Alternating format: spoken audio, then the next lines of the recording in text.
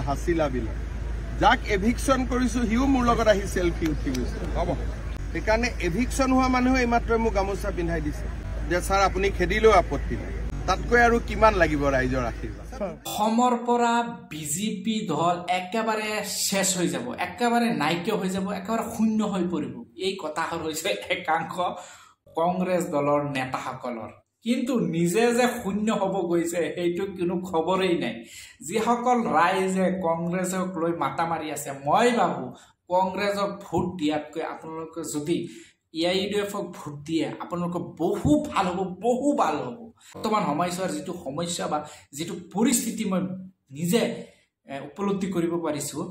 direct বিজেপিত থাকিব লাগে আৰু বিজেপিত আপোনালোকৰ মন পচন্দ নহয় ডাইৰেক্ট ইউডিএফক ভোট দিয়ক কিন্তু বেকাৰ ভোট এটা ভোট কিন্তু কেতিয়াও এই বৰ্তমান সময়ছোৱাৰ যিটো বস্তু দেখিব পাৰিছোঁ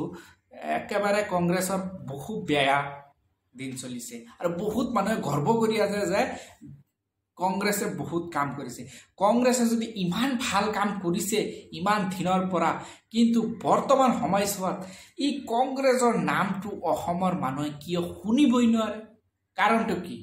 কংগ্ৰেছৰ বক্তাসকল আপোনালোকে নিজে কওকচোন যে য'তেই গৈ আছে ডাঙৰ ডাঙৰ নেতাসকলে পহুখেদা কিয় পহুখেদা য'ত উচ্ছেদিত হৈছে যিসকল উচ্ছেদিত ৰাইজ যিজনে উচ্ছেদ কৰিছে তেখেতক ফুলাম গামোচাৰে আকৌ আকোৱালি লৈছে যিজনে গালি খোৱা যোগ্য হৈছে তাক গালি নিদি তেখেতে কৈছে ভাল কাম কৰিছে আৰু যিসকলে ভাল কাম কৰিব আৰু যিসকলে ভাল কাম কৰিবলৈ আপোনালোকৰ ওচৰত গৈ আছে তেখেতক পহুখেদা দি আছে আচলতে অসমৰ ৰাইজ সজাগ হৈছে আৰু বুজিব পাৰিছে কাৰণ সময় ৰৈ নাথাকে মানুহে বুজিব পাৰে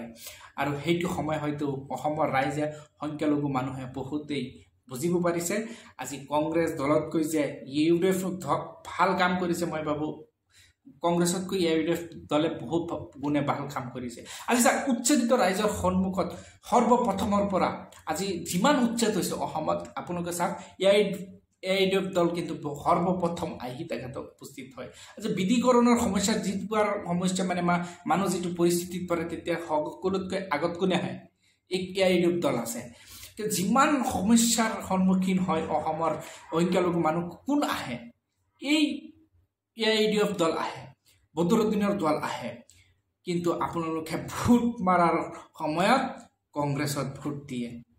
আচলতে আপোনালোকে স্বাৰ্থলোভী মানুহ হয় স্বাৰ্থৰ কাৰণে আপোনালোকে ভোট মাৰি দিয়ে কংগ্ৰেছত কংগ্ৰেছে অসমত আজি ইমান বছৰ শাসন কৰাৰ পিছত চাওক কিমান সমস্যা আপোনাৰ ওপৰত জাপি দিছে আজি চাওক ৰাস্তা ঘাটৰ কথা নকওঁ সমস্যাবোৰৰ কথা নকওঁ এই বিধিকৰণৰ যিটো সমস্যা কোনে আনিছে দিছিল তেখেতে আৰু বহু 100 বছৰ মান ৰাজনীতি ৰাজত্ব কৰিব কিন্তু সফল নহল যেতিয়া বিজেপি আহি তেখেতক বৰ্মমূত্ৰ দলিয়াই দিছে তাৰ পৰা কিন্তু এই বৰ্তমান তেখেতে বুজিব পাৰিছে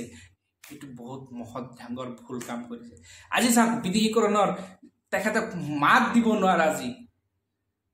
এইবোৰ অৱস্থা হৈছে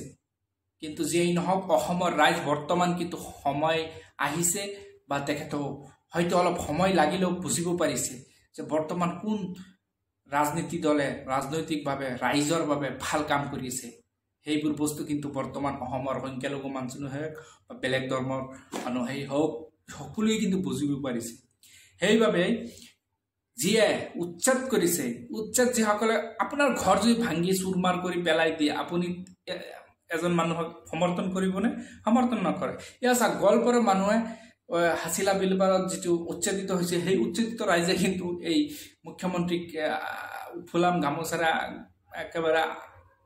আদৰি লৈছে হয় না নহয় দেখিব পাৰিছে আৰু ৰকিবুল হুছেইন আহিছিল তেখেতক দেখা কৰিবলৈ খবৰ ল'বলৈ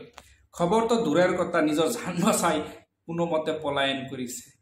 যেই নহওক এইটো পাৰ্থক্য আজি আপুনি ভাল কাম কৰক আপোনাৰ নাম গুণ হ'বই যি বেয়া কাম কৰিছে কংগ্ৰেছে সেইবাবে কংগ্ৰেছৰ বদনাম বহুত বেছি আৰু যিসকলে কৈ আছে যে অসমৰ পৰা তুলিচাত হৈ যাব বিজেপি একেবাৰে মিছা কথা তেখেতৰ মৰম আকোৱালি মানুহে আকোৱালি লৈছে আৰু বিজেপিক সকলোৱে ভাল পায়